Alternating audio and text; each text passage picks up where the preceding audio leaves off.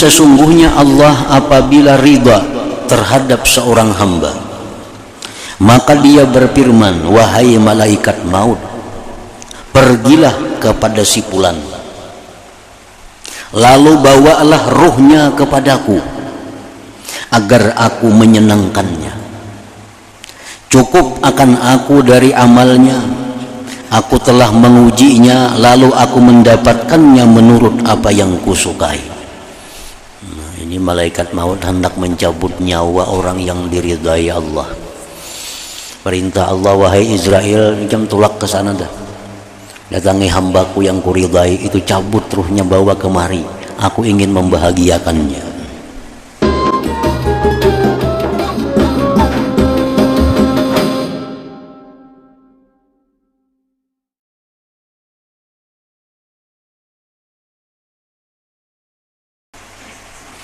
Diriwayatkan dalam hadis dari Nabi sallallahu alaihi wasallam bahwa beliau bersabda, innallaha idza radiya an 'abdin qala ya malakal maut idhhab ila fulan fa'tini bi ruhihi li uriha hasbi min 'amali qad balawtuhu fa wajadtuhu haitsu uhib. Fayanzilu malakul maut wa ma'ahu 500 minal malaikah wa ma'ahum qadbanur raihan wa usuluz za'faran, kullu wahid minhum yubashshiruh bi bisyarati wa bisyarati sahibih, wa taqumul malaikat saffain li khuruji ruhi ma'ahumur raihan. Fa idza nadhara ilaihim iblis wada'a yadahu ala ra'si summa sarakh qala fayaqulu lahu junuduhu ma lak ya sayyidana fayaqul ama tarawna ma utiya hadzal 'abdu min al-karama aina kuntum min hadza qalu qad jahadna bih fakana ma'suma. Artinya sesungguhnya Allah apabila ridha terhadap seorang hamba, maka dia berfirman, wahai malaikat maut, pergilah kepada si fulan, lalu bawalah ruhnya kepadaku agar aku menyenangkannya. Cukup akan aku dari amalnya, aku telah mengujinya, lalu aku mendapatkannya menurut apa yang kusukai. Ini malaikat maut hendak mencabut nyawa orang yang diridai Allah. Perintah Allah, wahai Israel, jam tulak ke sana dah, datangi hambaku yang kuridai itu, cabut ruhnya, bawa kemari, aku ingin membahagiakannya. Maka malaikat maut turun dan bersamanya 500 malaikat, dan bersama mereka batang-batang yang harum dan akar za'faran. Masing-masing dari mereka memberi kabar gembira kepadanya dan berita gembira selain berita gembira temannya. Malaikat berdiri dengan 2 saf untuk keluar rohnya, yang bersama mereka bau-bau yang harum. Maka apabila iblis memandang kepada mereka, maka ia meletakkan tangannya di atas kepalanya, kemudian ia berteriak. Iblis kesal, iblis kecewa melihat ini hamba Allah begitu wafat disambut oleh ratusan malaikat dengan bau yang harum. Iblis bebicik kepala, meletakkan tangannya di atas kepalanya dan berteriak. Rasulullah bersabda, lalu tentara-tentara iblis, anak buahnya, pasukannya, bertanya kepada iblis, apa yang terjadi bagimu wahai penghulu kami? Kenapa pian bebicik kepala? Kenapa pian berkuriak? Iblis menjawab, apakah kamu tidak melihat apa yang diberikan Allah kepada hamba ini daripada kemuliaan? Di mana kamu dari orang ini? Kamu kada tahu kah orang ini? Kada digoda kayaknya semasa ini hidup? Kada diganggu kah semasa ini hidup? Sehingga dia bisa mulia di sisi Allah. Mereka menjawab, anak buahnya ini menjawab, kami telah bersungguh-sungguh menggodanya. Kami sudah seringkali menggodanya, mengganggunya supaya jangan takwa kepada Allah. Kami sudah berkali-kali menggodanya agar maksiat kepada Allah. Maka dia adalah orang yang dipelihara Allah.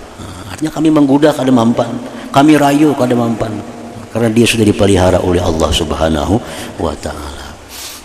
Nah, jadi artinya bahwa orang-orang yang diridai Allah itu apabila malaikat maut datang mencabut nyawanya, maka malaikat maut membawa rombongan dari malaikat untuk menyambut rohnya tadi, membawa ke hadirat Allah Subhanahu wa ta'ala.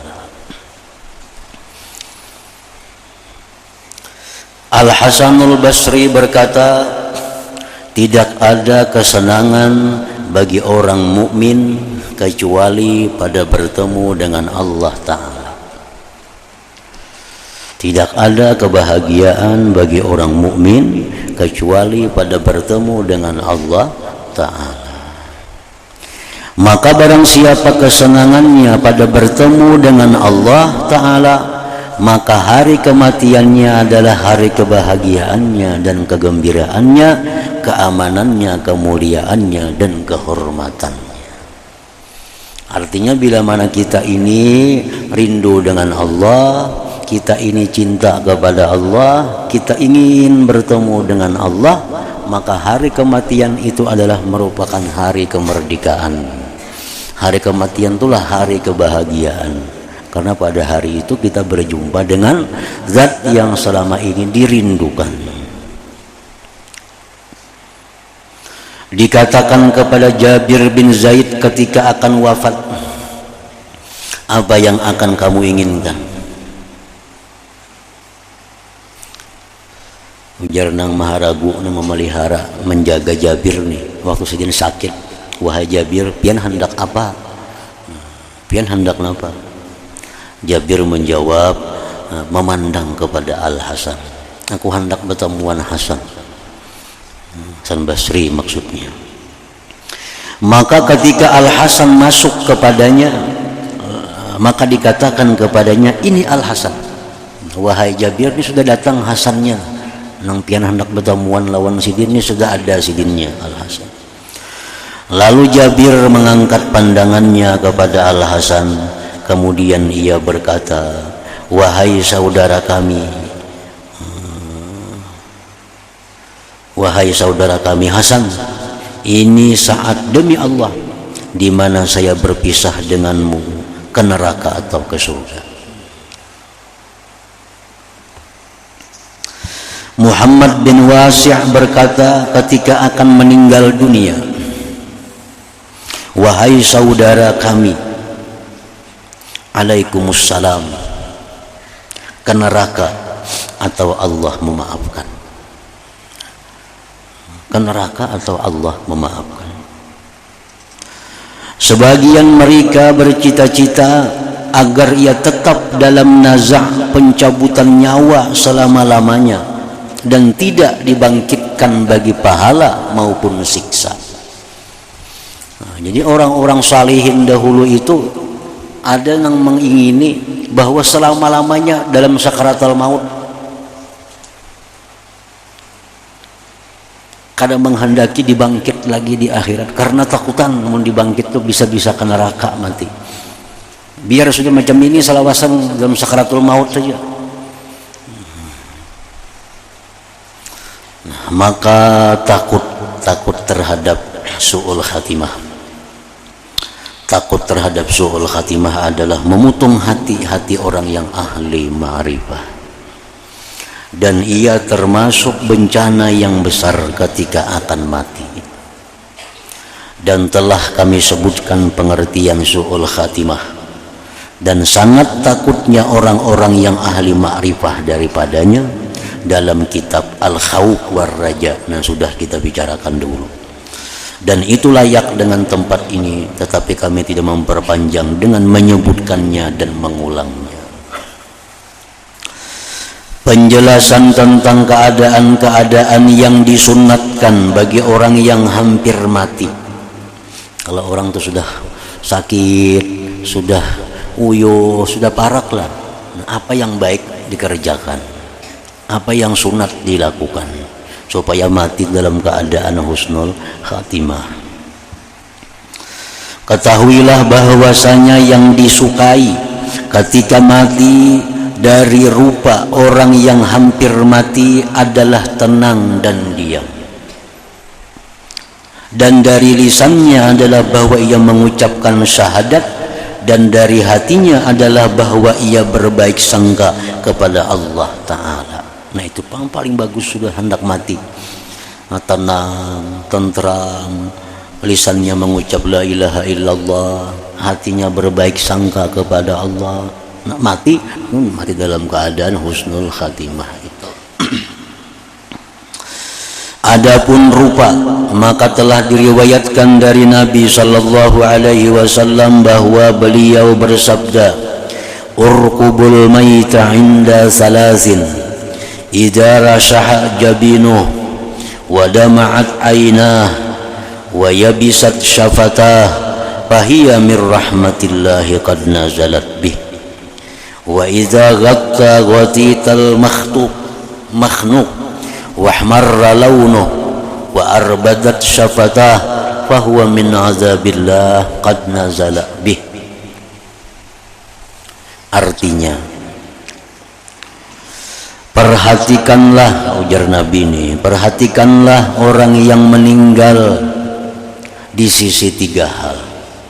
Artinya orang yang meninggal itu perhatikan tiga perkara, yaitu apabila dahinya berkeringat. Nah, orang mati itu begitunya meninggal dunia, sudah wafat, ruhnya sudah keluar, dinyatakan mati, dahinya tuh bepaluhan, disebut ngarannya rashul jabin ngarannya, dahinya bepaluhan. Kedua, matanya mengalir air mata, menangis, dan kedua bibirnya kering. Maka tiga hal itu adalah termasuk rahmat Allah yang turun kepadanya. Berarti orang ini mati dalam keadaan rahmat Allah. Ini nang mati bujur-bujur berpulang ke rahmatullah ngarannya.